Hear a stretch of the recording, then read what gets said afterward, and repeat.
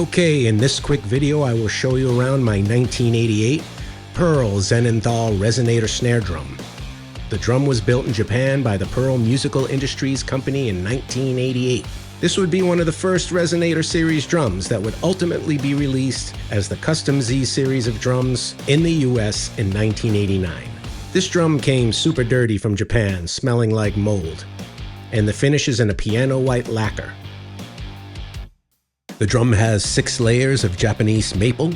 I just gave it a quick buffing with a little 320 sandpaper, put a little lemon oil on it, and it's ready to rock. The drum polished up nicely once I removed all the hardware.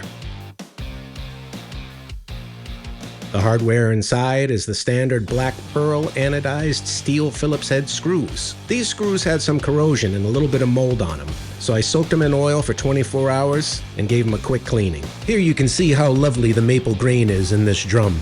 They spared no expense with the wood for these. This drum came standard with pearl die-cast hoops, which were unfortunately pitted and ugly. Turns out I hate die-cast hoops anyway. They're too heavy and unforgiving. They also hurt on the rim shots. I found a great balance with Pearl's super hoops.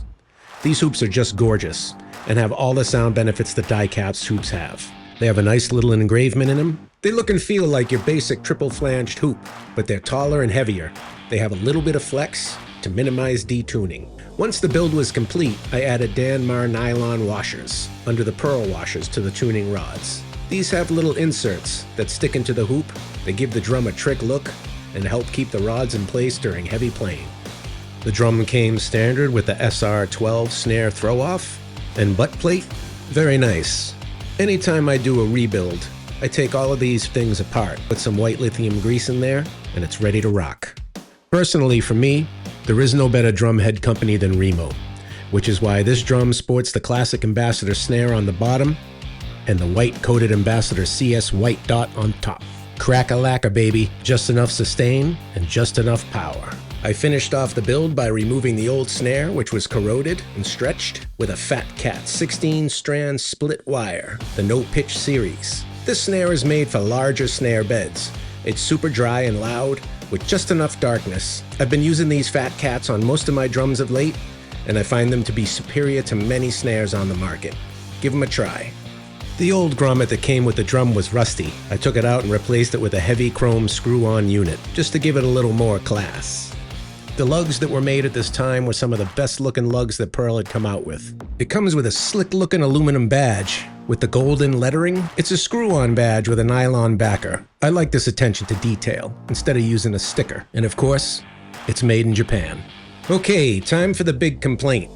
And it's something that can't be helped with older die-cast lugs.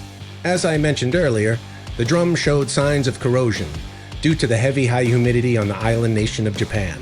The inserts are made of stainless steel and had no issue. The lugs came with a nice nylon washer with the rubber inserts. However, the insides of the lugs had large deposits of green corrosion in there. I cleaned it all out and greased it up, but when I reattached the lugs and started to play, a few of the screws broke free from the lugs. Try finding one of these lugs nowadays. I had to spend $100 just to replace one of them. In the end, I found some longer pearl screws and replaced the broken lugs as there was enough meat on the lug to gain purchase. This has happened to me with a few other brands such as Ludwig and some older Rogers lugs. So always use caution when reattaching older lugs after cleaning. All in all, I love Pearl snare drums, and this is a special one for me. Check it out.